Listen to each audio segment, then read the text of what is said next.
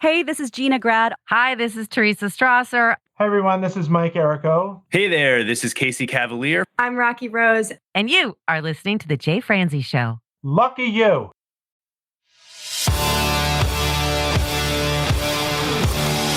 Welcome to The Jay Franze Show. A behind-the-curtain look at the entertainment industry with insights you can't pay for and stories you've never heard.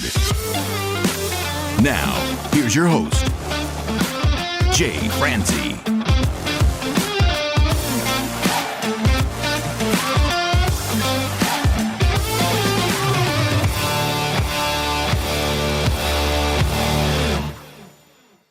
Well, hello and welcome to the show.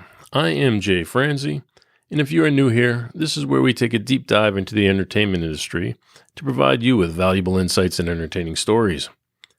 This week, we get to talk to a studio and a touring guitarist. We get to talk with Chris Leuzinger. We'll talk to him about how he got to start playing guitar, what it's like working in Nashville, and we'll take a deep dive into his time on the road with Garth Brooks. Now, I first met Chris while working in Nashville for a producer named Bob Bullock, and I've had a chance to work with him several times since. He truly is an amazing musician, and I can't wait to catch up with him tonight. So if you'd like to join in, comment, or fire off any questions, please head over to jayfranze.com. Now, let's get started. Chris, sir, how are you? I'm doing very good, Jay, and just want to say thank you so much for inviting me to be with you all tonight. Sir, I can't thank you enough. It is my absolute pleasure to have you here. I know I've had a chance to work with you a couple times in the past, but having you on here to hear some stories from you tonight is just a pleasure. Thank you. Well, I appreciate it. Thank you. All right, well, let's dive right in, sir. Let's take it back to the early years for a second and just tell me what inspired you in the first place to start playing guitar. Well, in the very beginning, I have to say, it gives away my age a little bit, watching Elvis on Ed Sullivan. Very good. Of course, I was watching Elvis playing and not really, at that time, at 9 years old, paying attention to Scotty Moore, who was really doing the playing. But, right. So I asked my dad for a guitar, and he bought me my first guitar. I started taking lessons at 9 years old. At 9? Yeah. Mm-hmm. My daughter just turned 13, and we bought her a Stratocaster, and she's going to start playing, but I don't even know if her hands would reach all the frets at 9 years old. Well, yeah, and I started on a harmony, and it was really big, and actually too big for my hands. And so, my parents went back, and the teacher recommended I get a Stella acoustic. But, of course, the action was probably half inch off the fretboard. So it was a little bit of a challenge at first. I wonder if that strengthens your hand. Yeah, it probably did. Probably did. Now, was it a 3/4 size neck or was it full size? Just those Stellas back then. It wasn't, I guess you wouldn't call it 3/4. I think it was full size, but maybe it was a shorter scale, just and not quite as fat. It was a little slimmer than the Harmony. So where did it go from there? Well, I just got really interested after a while, and my brother was playing guitar, and we happened to get with a really great guitar teacher who was like society player in Palm Beach. I grew up in West Palm Beach, Florida, and he was into Gibsons and Fender amps. So after a while, my brother and I, when we started playing, we chipped in and we bought a Gibson guitar together, one of the single pickup 330s, and we bought a brown Fender Super amp. Kind of got off on the right foot with the gear anyway, and just started kind of learning more and more, and got to where I could pick up things by ear. And then, started playing with some friends in some bands and getting together and jamming with people, and kind of worked my way into playing in bands around South Florida. So West Palm Beach is a beautiful area, by the way. Yeah. But what's the music scene like? Well, back then it was really great. I mean, back then it was a lot of opportunities to play. We had a teen club called Music Casters. It was awesome. I mean, besides having local bands, he was bringing in like the Rascals, the Knickerbockers, Mitch Ryder and the Detroit Wheels. I mean, he was bringing in name acts to play also.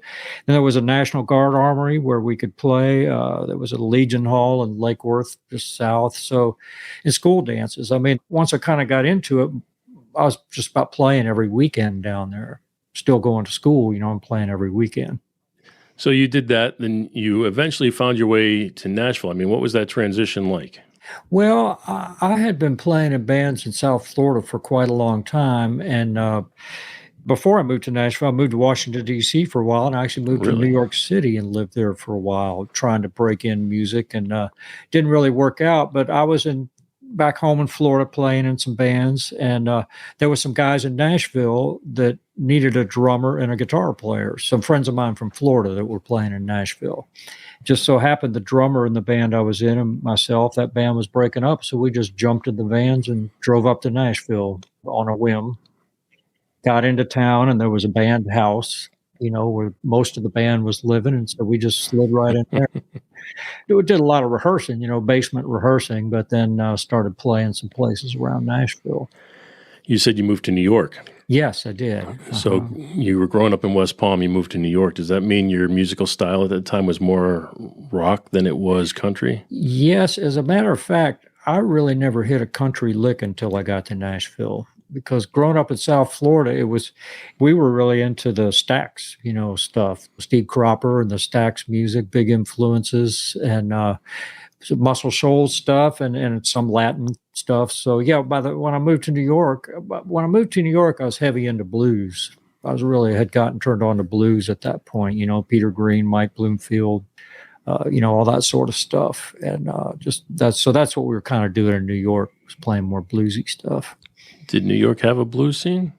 Well, it did. That was one of the problems. We weren't exactly in the blues scene, so we had trouble when we got hired sometimes. Because people thinking they were hiring a cover band, and I was ended up playing a lot of blues. But we did do cover material too, some cover material.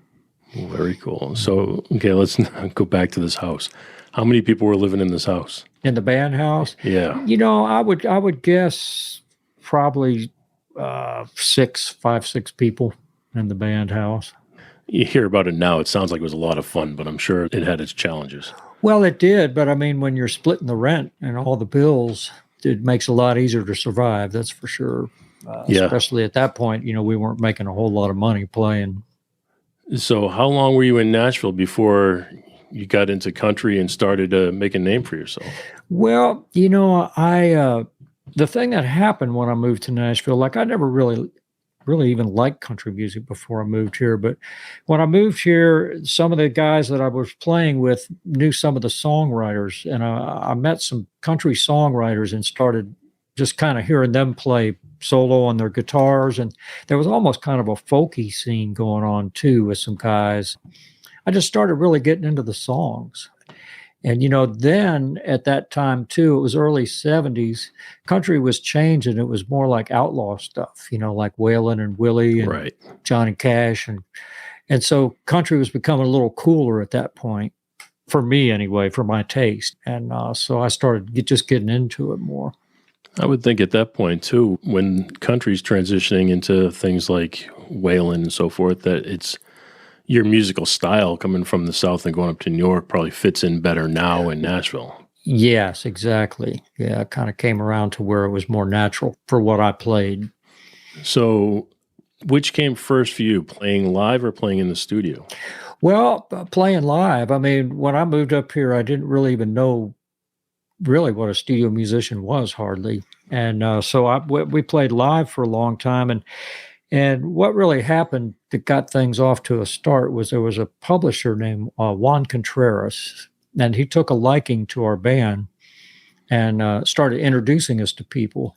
And one of the guys he introduced us to was Norbert Putnam, that owned Quadraphonic Studios. Oh, yeah. And at that time, Quad was really, Neil Young had recorded there, and a lot of pop artists were coming. So Mentor Williams had just finished recording the Drift Away album with Dobie Gray, 1973. They needed a band to go on the road to back Dobie up. And since we just happened to be hanging out around the studio, we got that gig. Not a bad gig to get. Yeah, so we were out playing Drift Away when Drift Away was a hit. That is awesome. It was a lot of fun. And I tell you, one thing I like to relate, for me, that was a really important gig because Reggie Young, incredible session player from Memphis, guitar player, had played all the great stuff on Dobie's records, that Drift Away intro lick and everything. And they wanted everything exactly like the record. So I really had to copy everything he played. And it just took me from kind of being a blues guitar player to realizing what to play, what the taste of playing in the studio is, playing in between vocal phrases, good tone, just it was like a college education, learning all that Reggie Young stuff. And it really helped me quite a bit. That's a great point. We had Scotty Simpson on a few weeks ago. He's a bass player, plays in the studio, but he's on the road with the Oak Ridge Boys. And he said that the difference between being in the studio versus playing live is in the studio, you get to be creative and come up with all the licks. When you're playing live, you're expected to learn all the licks. Right. Yeah, that's it. Yeah, so, exactly. No, that's great. So, I mean, I'm assuming by learning all that and learning all the intricacies of everybody else's playing, when you got the opportunity to go into the studio, that helped you understand what you should be doing in the studio. Yes, exactly. So what was that first studio experience like? Well, it's hard for me to remember.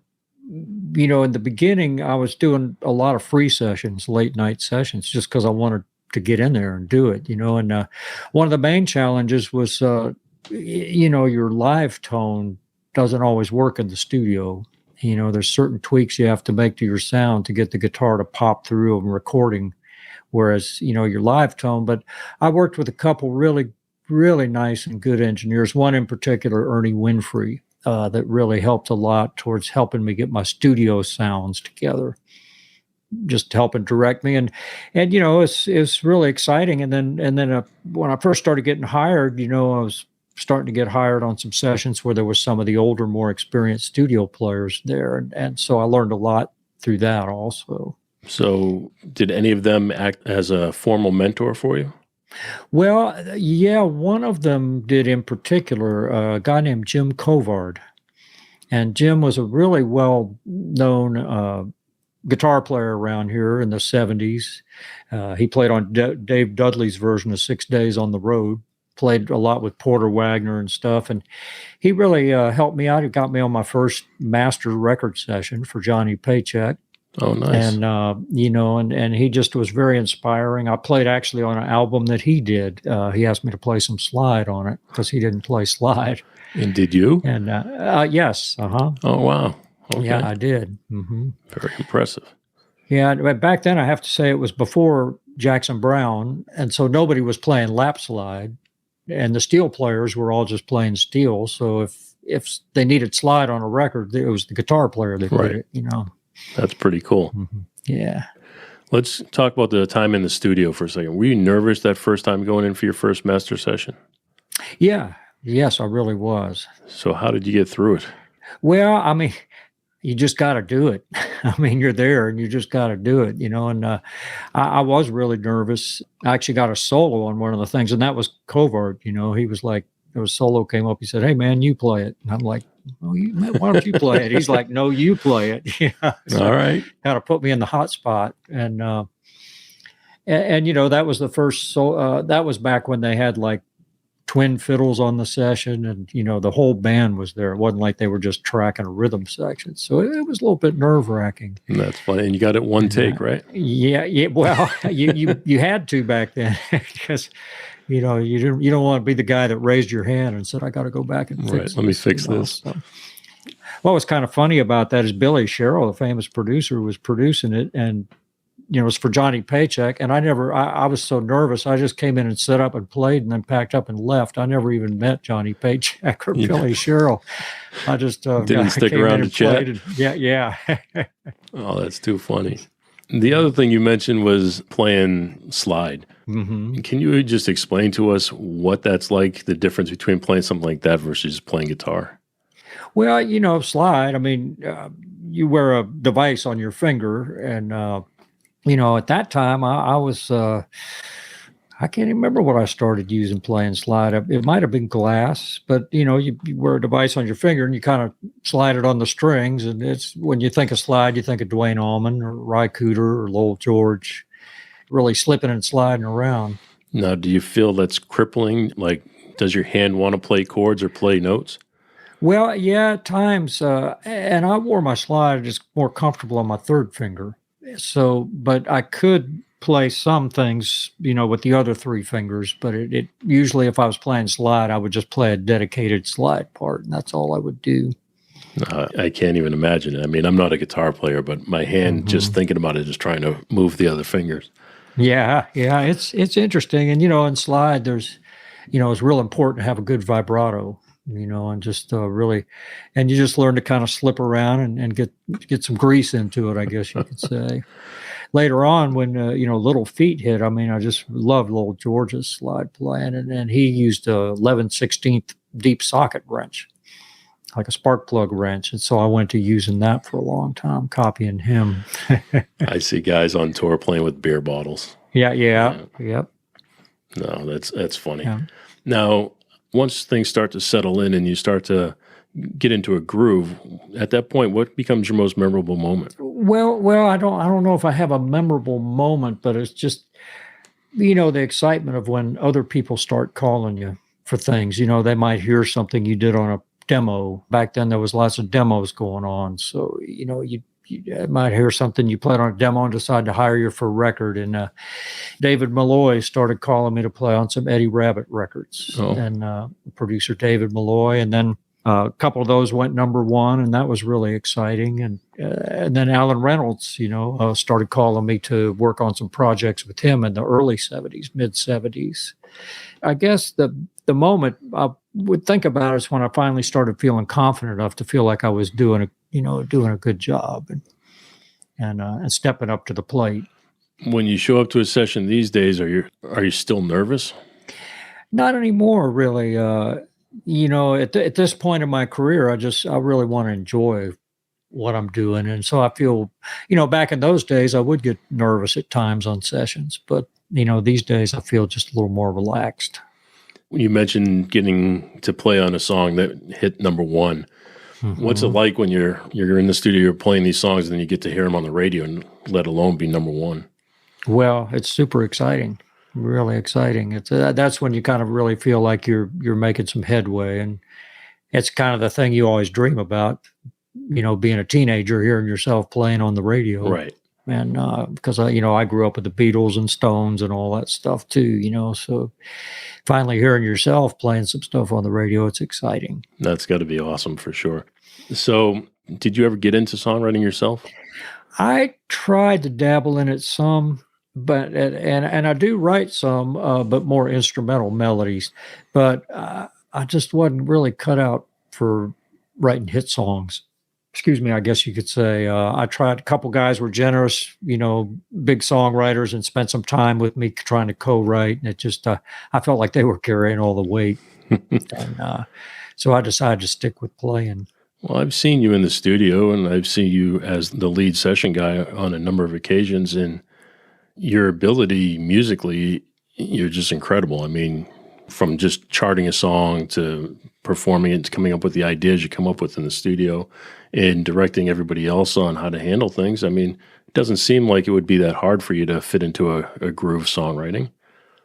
First of all, you're very kind to say that, and I appreciate it. But I guess it's just, I'm more at home with the music part of it, and arranging and trying to come up with the right licks for the songs. And I love to arrange stuff. When you're leader on a session, you have more of an opportunity to take part in that. So when you're doing that, what kind of challenges do you face when you're in a studio with 6 or so other guys? Well, it's funny. I hardly ever think of it as a challenge. The one thing is when you're in Nashville, first of all, there's a pool of just unbelievable musicians here, in every chair, guitar, acoustic, electric guitar, bass, keyboards, drums, so many great players. And everybody really, most guys that we work with have played on tons of hit records. So they're very good at arranging also. So, as you probably found out from working with Bob, when you hire like 5 or 6 guys to play on a tracking session, you're getting 5 or 6 arrangers and producers too, so everybody has input and everybody has, some good ideas for it. And, the main thing about playing in the studio is just having no ego or not taking things personal, because sometimes you might have the best lick in the world in your mind, And if the producer or artist doesn't like it, you just got to let it go, come up with something else. And the same thing, a lot of times on sessions, you'll be trying to work on an arrangement with something, and some other guy, the acoustic player or the piano player, will come up with some sort of lick that just all of a sudden everybody goes, wow, that's it. That's the one. That's the direction we need to head in. Yeah, no, you talk about these guys, and they're all super nice. And all of the experience that I've had in the studio with these guys, nobody has an ego. And if they do, they're very good at hiding it. Yeah. So, and I'm sure every once in a while, someone's feelings might get bent out of shape or something, but I don't typically experience it. And being in the studio with Bob, I just remember nobody's opinion was unheard. If you had an opinion and a thought, we wanted to hear it. Yeah. The very first time Bob looked at me and said, "What do you think?" I was like, "Me? What do I think?" But then it just became like, I felt like I was part of the team like everybody else. And Bob made me feel comfortable. And the studio guys like yourself, it was just a great experience overall. So no, I love those days. But we talked earlier about you having a mentor. Do you have any experience now with you being a mentor? Well, I'm not like mentoring anybody full-time personally, but I've tried to really help younger guitar players, people contacting me with questions about gear or about coming to town or different things. I just try and be as responsive as I can to people and as helpful as I can. Sometimes different people, friends of mine will say, I've got a young guy who's thinking about moving to town. Can you get together with coffee or have a chat with him over the phone or whatever? And I always try and be as available as I can for those kind of things. No, that's great. And I mean, that's exactly what I'm talking about. The people in Nashville are, at least the ones I've had a chance to work with, are always so nice and open to help out. Like we said, even Bob. Bob was one of the first producers I had a chance to work with, so I reference him a lot. But even working with Bob, he was just open. He's like, "Yeah, sure, come on in the session. We'll put you to work." Yeah. And even the very first time I was there, just as an observer, he was like, "No observing here. Go out there and help. Go do something."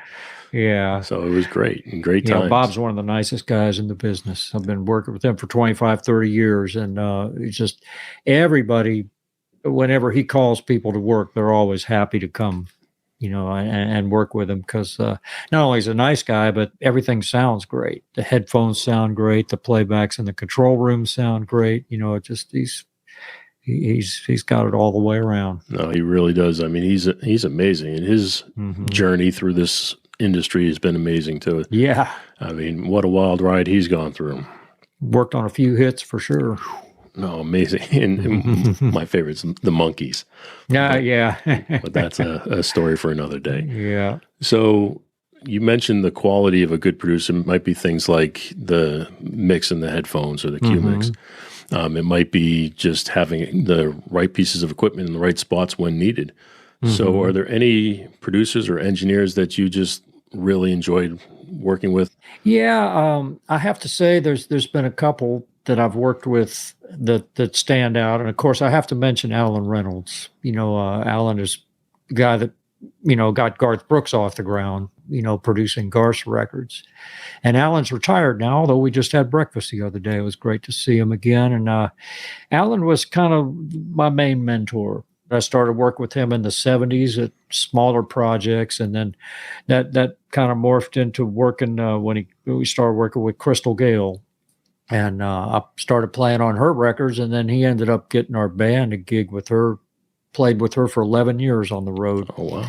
Then on to Kathy Mattea and Hal Ketchum, and finally into Garth's records. And so, Alan's just a great producer, a great guy, and I was honored to be able to play some great music with him for over 30 years. Well, you just mentioned a big name in there, sir, and I'd like to dive a little deeper into that. You mentioned Garth. So which came first, the studio or the road? Definitely in the studio. Yep. Tell us what that was like.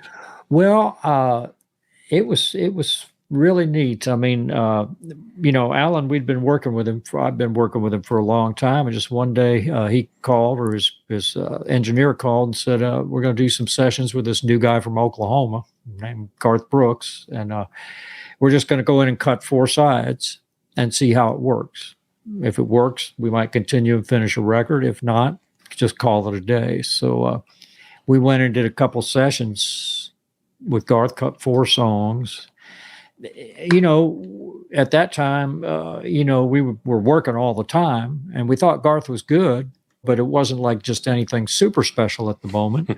But the one thing that was cool about him was that, you know, we played the first track we cut was something called Not Counting You, and it was a country shuffle. And we played a pretty standard, almost Texas swing shuffle. And he was like, that sounds great, guys, but I wonder if we could rough it up a little bit, like we're in a bar room or something, you know, and play it a little more live feeling. So we did that. You know, we went back and cut it again and put some kicks and pushes in and kind of played a little more rocking. And that kind of got us off onto the right foot with him. Yeah, it was great that he spoke up because he was in a room. He says, you know, he was a little bit intimidated being in a room. I mean, Of course. you know, Bobby Wood, the piano player, played with Neil Diamond and Elvis. The rest of us had played on lots of hits, so he was a little intimidated, but he spoke up and kind of got us off on the right foot. Well, that's just it. I mean, it has to be intimidating for a new person to come in and sit in a room with Right. all of these guys. But was that normal for an artist, especially a new artist, to speak up like that? Well, not usually. I mean, usually when we were working with new artists, the producer would kind of direct things, you know, and it wasn't like Garth, you know, I mean, he was very nice about it and everything. And, Sure. and of course, Alan being the producer, his main thing was always finding the best songs and making the artist look the best. So, you know, if Garth wanted to speak up and have some input, kind of like you said with Bob and you, Alan was all about that. That's very cool.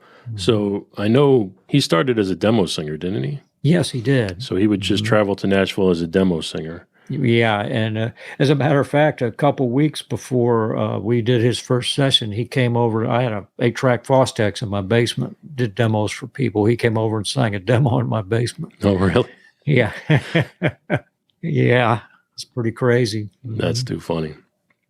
But then he had that moment where he came to Nashville and felt like he wasn't going to make it and went back to Right. Oklahoma. Yeah, So those 4 songs that you were cutting, was that pre or post that moment? that's post. Yeah, he ended up coming back. He came here like for a day or something like that, turned around and went home. And then he got up the gumption to come back a while later. I'm not sure how long, but that's when we ended up working with him. So I'm sure that day that he came to town, it wasn't to play or wasn't in the studio. It was probably networking at that time. Right, yep. All right. So you go in the studio, you record those 4 songs. At what point does that turn into, yeah, this is going to work out? Well, they realized pretty quickly, I think, that they worked well together. You know, they decided to go ahead and finish the record. They booked a few different sessions, and we went and finished the record, and they put it out. You know, first record did really well. It wasn't really until the second record that things blew up, but the first record did really well. And of course, had some great songs on it. No, absolutely. You know. So before we leave that first record and coming in after those first 4 songs, was it all the same people that played on the first 4 that finished the album?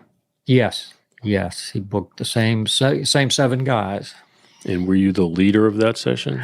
No, you know, we didn't ever have a leader on Garth sessions, and we just all get together, and they like to chart at the sessions. They like to, you know, hear things germinate from the very basic seed. And a lot of the times when we would hear a song, it would be Garth playing it for us on the acoustic guitar. It was very rare we ever heard a demo of a song that they wanted us to copy or anything. Well, that's got to be cool to have that creative ability to go anywhere you want. Now, was he writing all these songs at the time? Boy, he wrote a bunch of them. He co-wrote If Tomorrow Never Comes and co-wrote Unanswered Prayers, Thunder Rolls, That Summer. That's a great song. A bunch of the big records he co-wrote. So, I mean, that's, again, one of these things that's not normal for a new singer to write all their songs, especially at that time. There's usually songwriters that are brought in by the producer. So is this that moment that the producer felt comfortable enough with Garth? Yeah, I think so. And, you know, they were writing some really good songs. I mean, the very first song that Garth, I think, brought in was Much Too Young. I mean, that's a great country song. So, you know, I think Alan's a hit songwriter himself. And so he could spot that Garth was writing quality songs. Was he co-writing? No, Alan never got in on it, but I hear that he would make suggestions, like especially I heard a couple times when Pat Alger and Garth were writing together. Alan might say, well, you might need to work on this a little more, this a little more. So they go back and do that, and then bring it back. And of course, they co-wrote Thunder Rolls together and Unanswered Prayers, two of Garth's biggest songs. Not too bad. Mm-hmm. So when you're in the studio and you're putting this album together, do you feel like it's going to be a hit at that time? Well, it's kind of funny. We knew we were cutting some really good stuff. I mean, when you're presented with songs like If Tomorrow Never Comes and The Dance, the songs like that, I mean, something special is happening. The thing of it is, we had worked with lots of really great artists that had never seen the light of day, for one reason or another. And so it was, we knew Garth was special. We knew the songs were special. We had no idea it was going to turn into what it turned into and blow up like it did. Do you remember who else played on that session? Yeah, it was Mark Castevens on acoustic guitar, Milton Sledge on drums, Mike Chapman on bass, Bobby Wood on keyboards, Bruce Boughton on steel, and Rob Hajakis on fiddle. Bruce and Rob overdubbed their parts. We just did the original sessions with 5 guys tracking. That's impressive that you can remember everybody. Well, I mean, Garth turned out to be the most loyal artist of all times, and the same 7 guys have pretty much played on everything for the last almost 35 years. The team that goes out on the road with him, are they all the same guys that played in the studio? No, he back, when he got when he started going on the road, we were all doing so many sessions, we wouldn't want to leave and go on the road because it would put a dent in our session career. So he found a bunch of guys and hired them. A bunch of those guys are still with him. Dave Gant still playing keys, Steve McClure steel, and Mike Palmer on drums. Those are some of the original guys from the very, very original band. Well, let me ask you that. We've talked about this a number of times on some past shows that, especially back in that time, there used to be some sort of stigma where people who played on the road only played on the road and those who played in the studio would only play in the studio. Right. Mm-hmm. So did you find that to be the case in your path? Well, yeah, I mean, there was, I'm not sure if I looked at it as much of a stigma, but it was just like once you got busy in the studio, you might be working every day of the week, 2-3 sessions a day. And if you leave to go on the road and are not available, that producer's going to call somebody else. Right. And they're going to be in there. So if you decide to go on at that time, we're being that busy, if you decide to go on the road with somebody, you're going to lose some session accounts. No, and that makes perfect sense. Mm-hmm. I used to tell students the same thing, that if you go, you want to be a mix engineer and you go hang out in a mastering studio, you're going to be working your way up as a mastering engineer and not a mix engineer. Right. So it's just who you're networking with at that time. Yeah. So it makes perfect sense. But you were talking about the second album taking off. So you were part of the recording of that album as well. Yes. So what was that album like for you? Well, that Garth had a couple chart records at that point. So when we went back in, we were all excited about it. We were looking forward to recording with him again. And it was great that they called all the same guys back again. Well, you didn't play on the road at that point with him. So was it kind of like a small reunion of sorts? Yes. Yeah, it was great to get back in with him again. What was different about that session versus the first one? Well, not much really. It kind of, we went, the songs were different. We kind of just went about recording the same way we did on the first record. Was it more comfortable at this point? Well, yeah, because we all kind of knew each other better. And I think at that point, even some on the first record, we started thinking, when you work in the recording studio here, you work with tons of different guys. You might work with one band at 10 o'clock, another band at 2 o'clock, right, another band at 6 o'clock. But with Garth's band, because they were using the same guys all the time, we started feeling more like a band. And we started feeling more like we were gelling on a lot of the things. And able to, I don't want to say creating a sound for him, but we were participating in that. So was it starting to become more like family? Yes. Yeah. And is that what made you eventually decide to go on the road with him?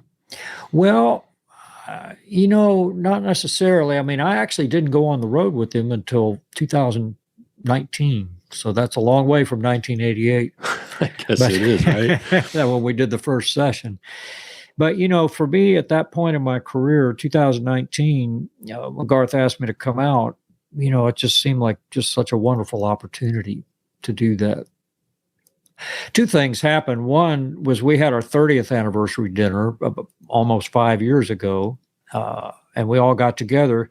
Garth was starting a stadium tour, and he was saying, at some point on this tour, I want each one of you guys to come out and be on a show, just so you can see the way that people are still loving the music and, singing along with all the songs and still loving all the music we recorded 30 years ago. So he did that, wanted to do that. And then another thing happened. There was another guitar player, Gordon Kennedy, that was actually the main guitar player on tour with him. And there was a gig that Gordon couldn't do.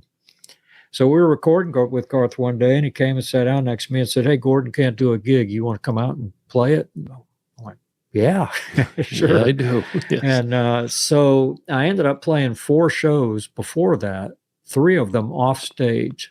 Oh, really? Because there was no rehearsals, so I played 3 of them off stage. So you could read charts? Yeah. Gotcha. And then played 1 show on stage with Gordon, and then the next show he was gone, and I played. And so, that was my first experience walking out from thousands of people like that. I was going to say. So at that point, how nervous were you then? Well, I was pretty nervous. It's like, what have I gotten myself into? I mean, we had played big crowds back in the, back in the 80s and 70s with Crystal Gale, but nothing quite like we did with Garth. So after that gig, actually, my little stint was done, and Gordon came back and was playing, but Garth invited me to do a few things with him. I went up and played when he won the Gershwin Award up in Washington, D.C. I played that show with them and some other shows. And finally, he just said, "Why don't you just come out and play with us?" And I went, "Okay." Thank you. Thank you, Lord. I will take it. So you're out there playing on a regular basis. So I'm assuming at that point, the nerves have kind of died down a little bit. Yes. Yeah. It feels much more at home now, although there is, every show, there's a good bit of adrenaline that happens, a good bit of excitement and adrenaline that happens. Especially on a Garth show, right? Yes, definitely. So I know the first time you walk out and see a crowd like that, the nerves and everything are probably there and you're fighting to just get through it. But now that you're relaxed and you're comfortable, when you walk on stage and just look out over a sea of people, what's that feel like to you? Well, it's really awesome. I mean, it's a wonderful feeling. It's wonderful on a lot of levels.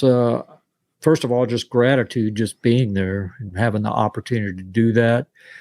Also, being dream come true, from when you were a young player, always wanting to play the big shows. And this is the biggest. And then, just like Garth said, seeing all these people still showing up to hear that music. It's pretty amazing. It's very gratifying and very grateful to be a part of it. No, I mean, it's got to be amazing. I mean, I look at that crowd, I'm just like, nope, I'm good. Yeah, it's quite a shock in the beginning. Again, you walk out, you get that sea of people. Do you feel like you're that rock star you were dreaming of as a kid? Well, I don't know if I feel as much of a rock star. The thing about it is it's just so much fun. I mean, it's so much fun. It's hard to even equate. Just you see the people's faces. I mean, you really see out to about the first 20 rows of people, and you just connect. I make eye contact with some of those people, and there's so much joy, and they're so happy to be there. And they're singing along with every song. And it's just a lot of joy and a lot of happiness. And you just have a lot of fun. And Gordon and I have a blast playing guitar together. And we split up the solos. And the band is so much fun to play with. And I've admired those guys for so many years. And now finally getting the opportunity to play with them. I have to mention Mark Greenwood, Jimmy Mattingly, too. Both been with Garth for a long time. And incredible players, and it's just an honor to get to play with them on the road. All right, which do you like better, the studio or playing live? Well, that's a hard call, but I have been enjoying playing live more lately. Have you? I really have. Yeah.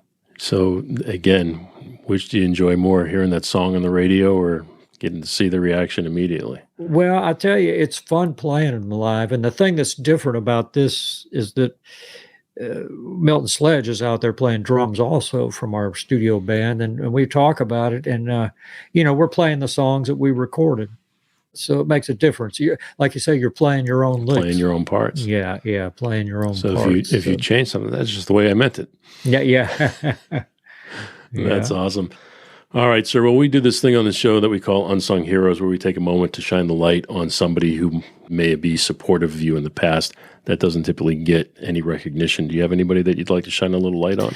Well, I mean, I think I've mentioned most of the people, Juan Contreras that got me started here, Alan Reynolds, that was an incredible mentor, Jim Covard, that helped me quite a bit in the studio, Kyle Lenning, great producer, really helped me out quite a bit. I say producer Garth Fundus used to be, he produced Trish's records and a bunch of great records. Keith Whitley. Garth used to be Alan Reynolds' main engineer and recorded a lot of the Crystal Gale records. And he was very helpful to me towards getting my studio sound together too, as well as Ernie Winfrey. Both those guys helped me transition from being a live player to a studio player as far as my tone and my sounds were concerned. It's funny how it all comes around, doesn't it? Yeah. So you mentioned the tones and stuff. What makes it different to play in the studio versus playing live? Well, it's, besides beyond, you have to be a lot more precise. And, tuning is definitely a big issue. Playing in the pocket, a lot of times when you're playing live, you can kind of get away with slipping and sliding around a little bit or hitting a string a little wrong or something because you're entertaining. But in the studio, it's very important to be real precise and in tune. And as far as guitar tones are concerned, it's just learning how to use different guitars, how to come up with the right guitar for the right part for the record.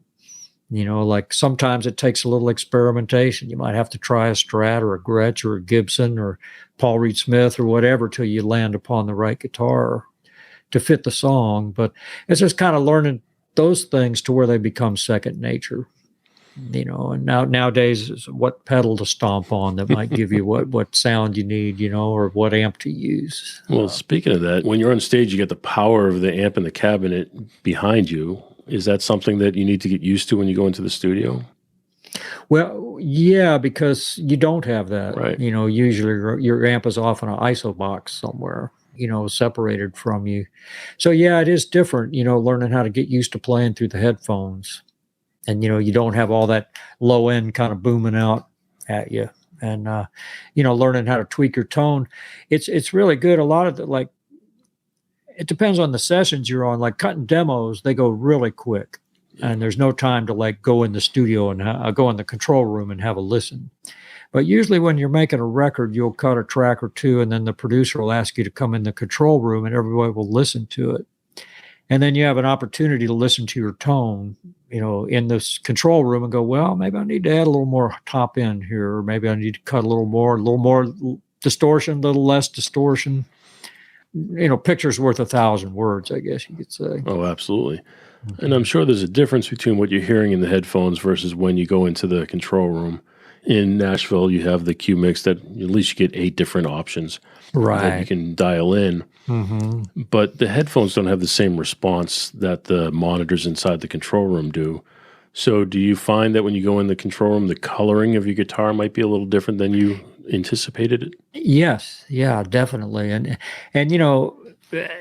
after doing it for years, that's something you kind of learn to judge, the difference in the headphone sounds. Like the headphones might be a little darker. What you're hearing in the phones might be a little darker. Of course, it depends on what headphones you're using too. Right. And, but a lot of times engineers will help with that. If you're doing a track and the engineer says, hey, I think you need to add a little more high end, poke through the mix a little more, or your guitar sounds a little woofy, cut a little lows. A lot of times the engineer can be helpful with that. I think that's kind of the benefit of playing in Nashville, where the engineer and the producer both have not only the ability to give input, but they have the skill level behind them to give the right type of input. But you're also in a room with, say, 6 or 7 guys that all know how to play well together, but you need to anticipate who's going to play what and when, because the frequencies matter. So if you got 2 electric guitar players, how are you making the judgment on who's going to play what? It's different with different guys, but a lot of the guys that I've done it with, like J.T. Cornfloss and Jeff King, like you mentioned, Kenny Greenberg, Pat Buchanan, Brent Mason, people that I've done 2 guitar stuff with. A lot of times you listen to the song and then you just go, hey, you want to go high or you want to go low? And one guy does crunchy big chords and the other guy does the jangly high stuff, and you do try kind of lay out your territory on the first run through. And then it's really helpful if you stick with that. What gets confusing when I've worked with other guitar players is like they'll play something on the first run through, so you adjust your part to go with their part. And then the second time they're playing something totally different, so your part doesn't work anymore. So it's I say when you're doing the 2 guitar situation, I think it's kind of important to just kind of stake out that territory early on so you can start developing your part. So when you do that, do you find it's you and the other guitar player making the decision, or does the producer ever chime in and say, no, I want you to play the low part? It depends on the producer, but a lot of times they leave it up to the guitar players. To me, that's the way to do it, because you guys have first of all, you want to have the input, but second of all, you want to be comfortable with the part you're playing. Right, exactly. So then we talk about the 2 guitars, then you got acoustics that add a whole nother layer of complexity to it, where it has a different frequency it's going to sit in.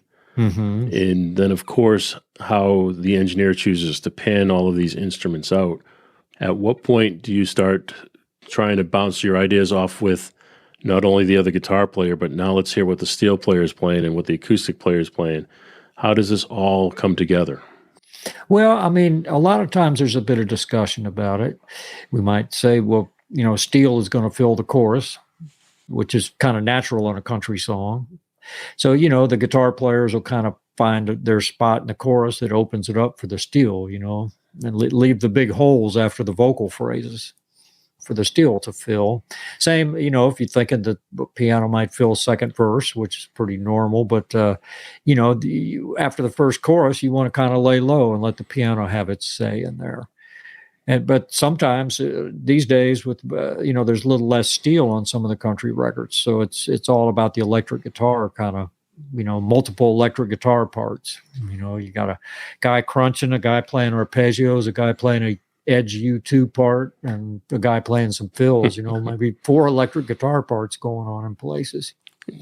I know you even just talk about it now. You talk about the patterns that the music takes and how piano comes in on the second verse and so forth. Mm-hmm. And Nashville has a way of doing that. And it seems to sit that way for, a 5 to 10 year period before things start to change again. So do you ever see that pattern developing and try to get ahead of it? I guess not really. I mean, I guess the only thing, I don't know if this relates properly to your question, but the main thing is just trying to stay current, with the sounds, so, and of course you're always trying to come up with new things, being a guitar player, having some little angle that some other guy might not have or whatever.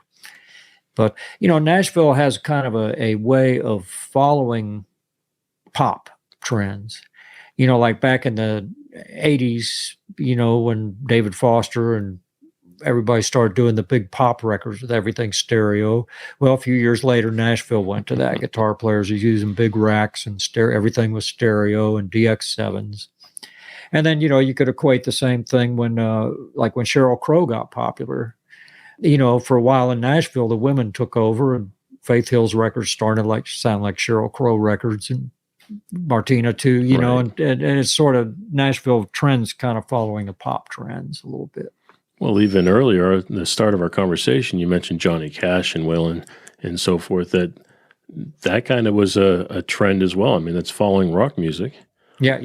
Mm-hmm. So, and even now, I'm hearing country records that are being released now that have almost a hard rock sound to them, where the guitars are really distorted and really thick and really large.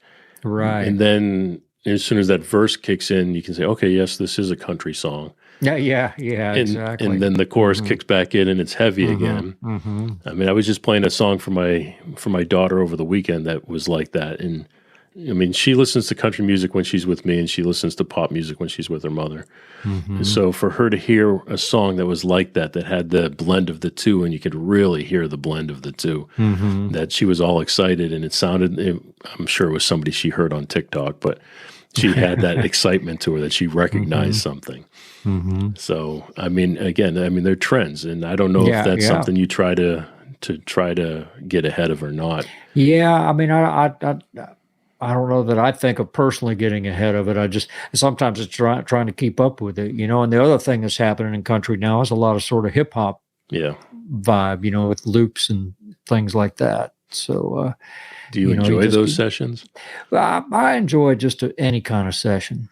I really do. I like playing it all. Well, I know you've had the opportunity of spending years with Garth, and I mean, even his way of playing country music was different at the time, and just how rock he comes across, and how even the live shows being so energetic. I mean, he's just got a whole different sound to him. Yes, he does. And even back then, that was considered different, and people didn't think it was going to last. Yeah, it was interesting. I think we were actually kind of guilty of starting using some of the crunchy guitars back before a lot of other people did. I mean, when you look at Friends in Low Places or look at Thunder Rolls, I was pretty crunched up. And it's a great song, too. Oh, yes, it is. And then you think Shameless, I think I ended up sneaking a dive bomb in there on the whammy bar at the end of the solo. No, Shameless, that was a Billy Joel song, wasn't it? Yes, it was. Oh, yeah. But we were getting away with some things back then. Of course, now when you listen to it compared to a Jason Aldean record or something, it sounds really tame. But back then in the late 80s, early 90s, it was kind of raucous or whatever, Yeah, and which made it cool. Chris, sir, what do you have coming up? Well, we're heading back to Vegas with Garth. That's what we're doing now, playing at Caesars out in Vegas. And so we're headed out there in July. And I'll also throw in a little self-plug here. I've been working on a project of my own, an instrumental project, which I'm hoping to get finished up before the end of the year. About 10 instrumentals that I've written. So let's talk about that for a quick second, if you don't mind. Are you recording that in a studio, or are you recording that out of your home? Well, some of it's been in the studio, tracking with the band. Some of it, a lot of the drummers here have great drum rooms at home. So I've gone and recorded some tracks with them. But a lot of my parts I'm doing here on my own at home. All right. So can you tell us who's playing on it?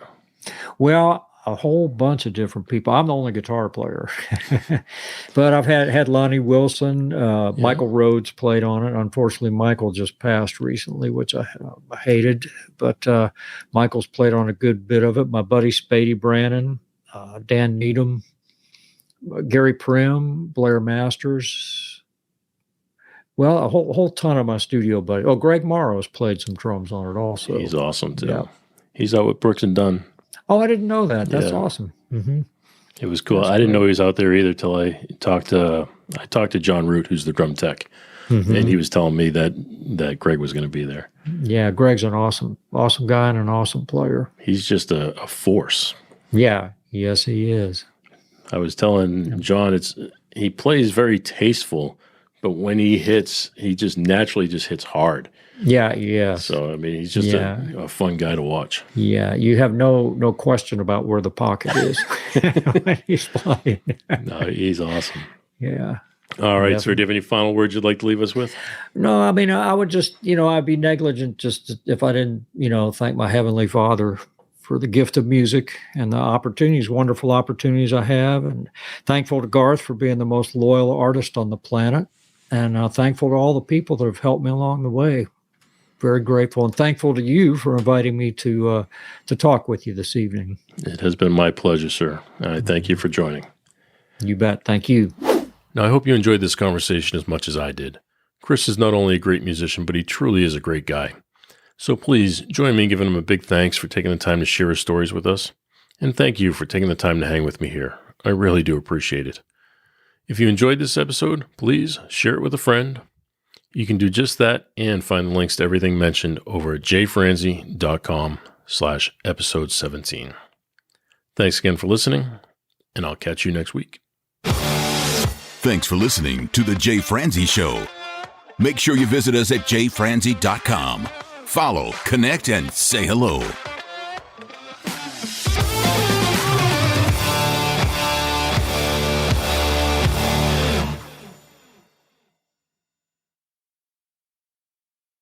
This episode has been brought to you by VR Knives, your source for 100% custom knives made by a true rock star. So, if you're in the market for a new piece of art, reach out to VR Knives. 407-421-5528. 407-421-5528.